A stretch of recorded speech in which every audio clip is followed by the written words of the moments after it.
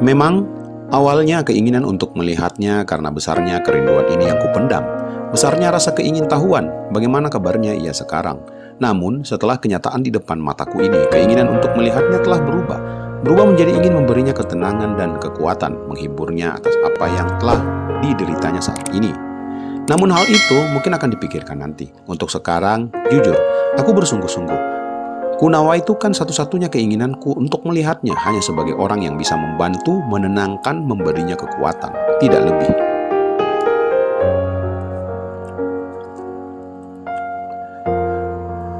Setelah dapat menguasai diri, maka kuanggukkan kepalaku menerima ajakan Mang Kardi untuk masuk ke dalam.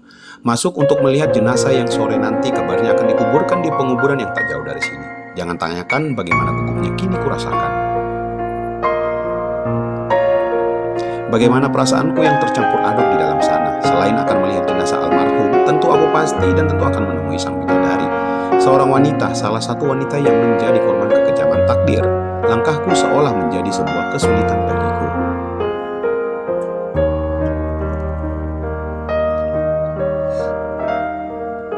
Bahkan tak kudengar lagi apa yang dikatakan Mang Kardi ketika proses berjalan ini, yang nanti ku ketahui jika sekarang ia sudah menjadi orang yang disegani di daerahnya. Baiklah, itu tak perlu disoroti karena fokusku satu-satunya adalah keinginan untuk bisa tetap tenang.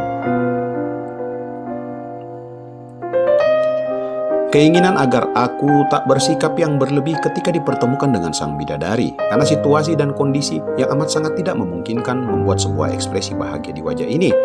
Langkah demi langkah seolah waktu begitu lambat berjalan.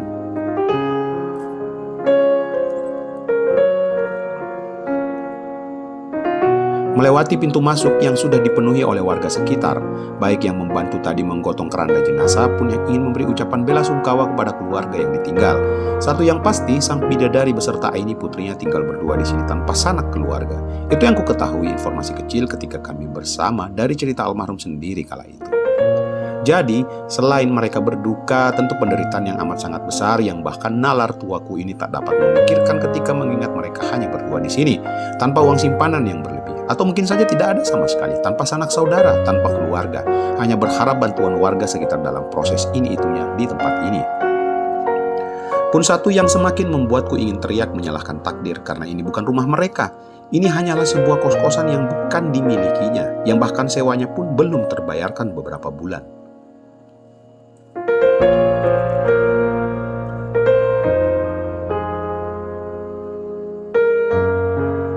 Oh Tuhan, memikirkan itu saja, rasanya kedua mata ini ingin meneteskan, meledakkan tangisan karena ikut merasakan bagaimana penderitaan yang mereka rasakan. Aku merasakannya, amat merasakan bagaimana derita yang engkau jalani, Put.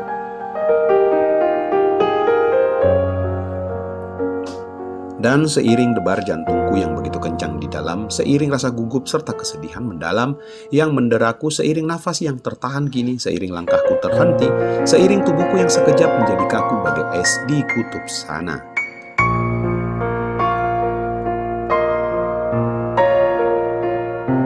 Sepasang bola mata ini langsung tertuju pada sosok wanita berkerudung hitam, bergamis hitam, menutup sebagian wajah dengan selembar kain hitam, duduk dengan dua kaki menyamping ke kanan, duduk wanita yang sopan, menunduk, menangis sejadi-jadinya di atas kepala Pak Alim yang kini terpejam dengan damainya.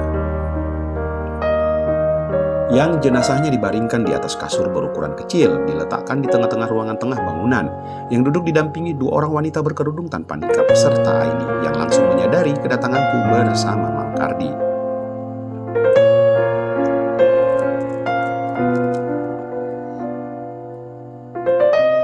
Om Doni? Bukan karena sapaan dari Aini yang membuat seakan jantungku berhenti bekerja, persendianku melemah, paru-paruku menghentikan nafasku. Waktu pun ikut terhenti, melainkan karena kepala berhias kerudung yang sejak tadi tertunduk, yang sejak tadi menangis memilukan hati. Secara perlahan, amat sangat perlahan, mulai terangkat dan sepasang bola mata kecoklatan yang seharusnya menedupkan bagiku, yang sungguh sangat kurindukan, kini benar-benar memandang ke arahku.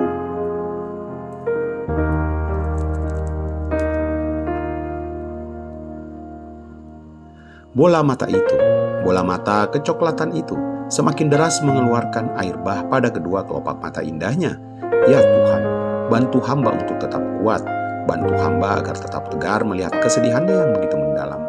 Kami masih saling berpandangan, bertatapan dengan kurun waktu beberapa detik lamanya. Tatapan yang kumaknai tak adanya gairah untuk hidup, tak adanya kecerahan di dalamnya, yang tersisa hanya kegelapan, kesedihan, dan kesakitan saja.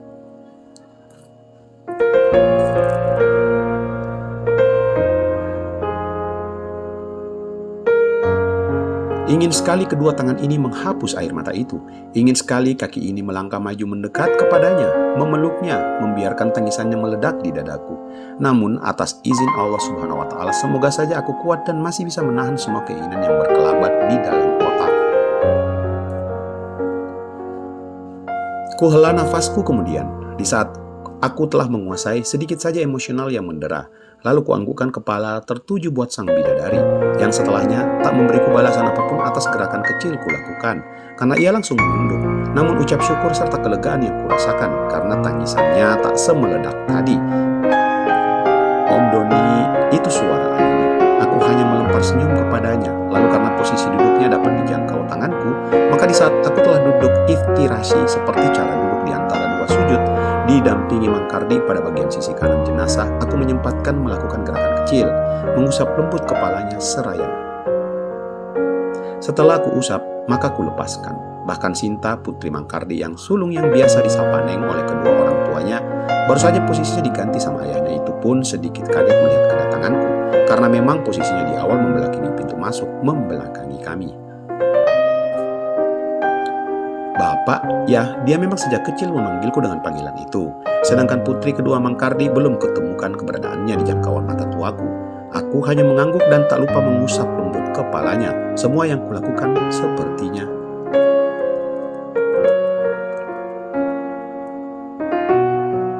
Ya, sepertinya karena aku tak melihat jelas ke arahnya. Hanya dari ekor mata, diperhatikan olehnya, oleh putri Asyifa, bidadari penuh kedukaan. Perlahan, amat sangat perlahan.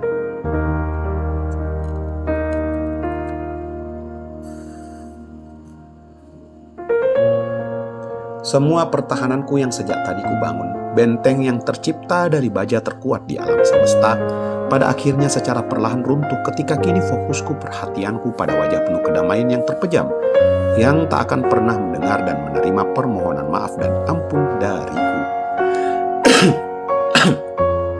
Tak kuhiraukan pemikiran orang lain atas sikapku yang tiba-tiba menciptakan bendungan di sepasang mata ini di hadapan almarhum.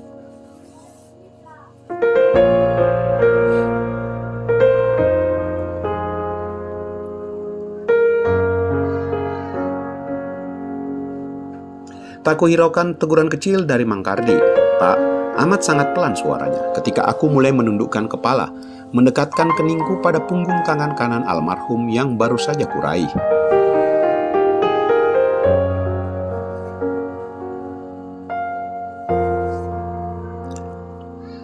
Kutempelkan kening ini pada punggung tangan orang yang amat sangat kuhormati. Kutangiskan dalam hati ungkapan kesedihanku atas perginya beliau meninggalkanku. Kupejamkan mata ini, menahan serbuan dan desakan air bah yang ingin menghancurkan bendunganku.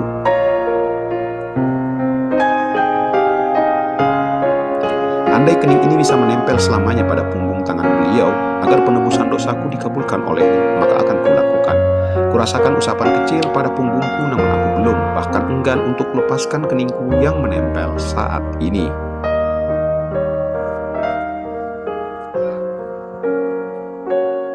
Jangan tanyakan bagaimana kepedihan, kesakitanku di dalam sana, andai tak kusertai permohonanku kepada Allah Subhanahu wa Ta'ala dalam doa agar aku bisa kuat, agar aku bisa tegar, dan tanpa menunjukkan tangisanku di hadapan semua orang, agar tak menambah kesedihan bagi keluarga yang ditinggalkan, maka niscaya ini semua akan kuat kulakukan.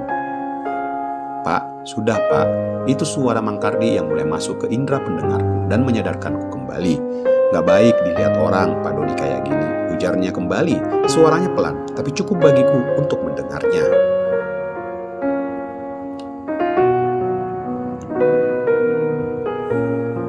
Kutarik nafasku sedalam mungkin, kemudian melepaskan tangan almarhum, lalu meletakkannya kembali seperti posisi semula, posisi bersedekap seperti orang yang sedang melakukan posisi sholat.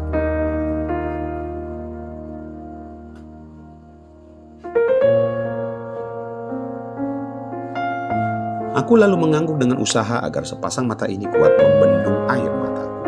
Dan alhamdulillah berhasil. Meski tak kupungkiri bagaimana butiran-butiran kaca di dalamnya masih saja tak dapat kuhentikan. Aku rasa kondisi mataku yang juga agak memerah sama seperti kondisi beberapa orang di tempat ini. Setelah mampu menenangkan perasaan ini, maka kuajak Mang Kardi untuk beranjak keluar sebentar, karena aku ingin menyampaikan jika semua proses apapun yang membutuhkan biaya, kan kutanggung semuanya. Sebelum benar-benar beranjak, kami lebih tepatnya,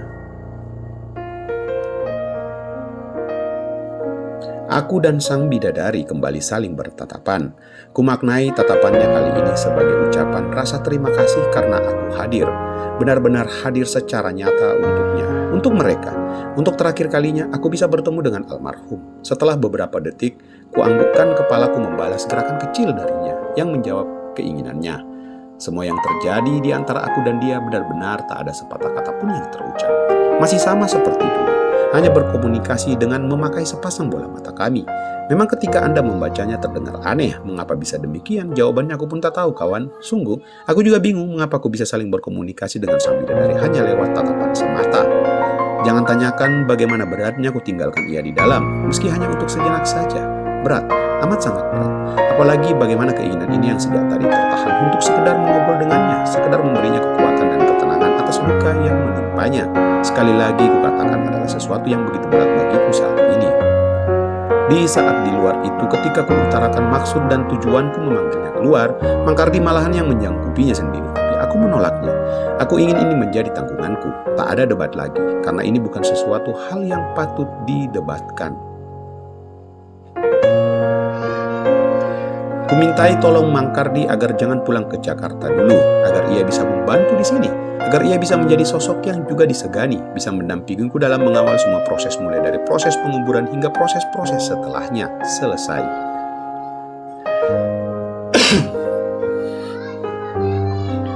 Masalah itu tentu bukan hal sulit bagi Mang Kardi. Maka setelah berbicara beberapa jenak, kuajak masuk Mang Kardi ke dalam lagi. Namun langkahku terhenti sesaat. Mang Kardi ikutan berhenti. Ketika celana panjang slim fit yang kugunakan terasa ada yang menariknya dari belakang, di bagian sekitar lutut, hingga membuatku menoleh ke sosok suara yang juga bersamaan terdengar olehku. Dek Aska, tunggu, ayo kita main di rumah Kak Tika lagi. Itu Tika, anak perempuan yang lebih muda 4 tahunan dari Sinta, yang tentu gadis kecil ini adalah anak bungsu Mang Kardi. Jangan pulang dulu yuk, ayah, bapak, lanjut Tika ketika menyadari jika kami berdua ada di depannya. Karena sejak tadi sorot matanya hanya terfokus ke sisi bawah, kira-kira selutut hingga sebatas tengah-tengah pahaku kepada sosok anak laki-laki yang dipanggilnya Aska, yang masih saja narik-narik celana panjangku. Kemudian tak lupa Tika menyalip tangan kami berdua bergantian. Neng, ada apa? Begitu tanya Mang Kardi. Aku sendiri hanya sesaat mengusap lembut kepala Tika, lalu melepasnya. Ini ayah Dek Aska nangis-nangis di rumah nyariin Umi sama Abinya, makanya dia lari ke sini. Umi? Abi?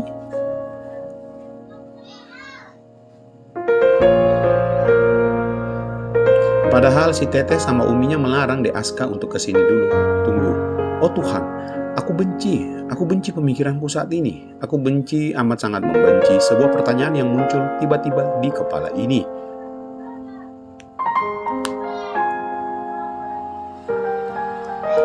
Aku menoleh ke Mang Kardi. Bibirku sulit kugerakkan untuk mengeluarkan sebuah tanya kepadanya.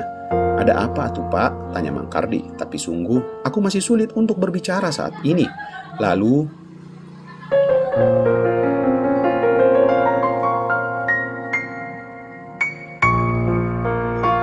kualihkan pandanganku dari Mang Kardi ketika putri bungsunya, bukan ketika sebetulnya. Lebih tepatnya ke anak laki-laki kecil ini yang kutaksir masih berumur setahun, kurang lebih, yang baru saja diangkat digendong oleh Tika.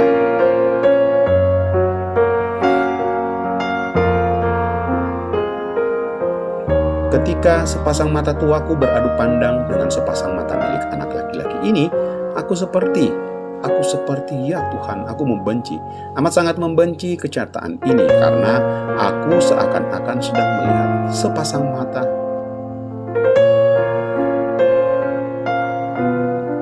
milik anak laki-laki dalam foto yang sejak lama berada di dalam dompetku. Bersambung.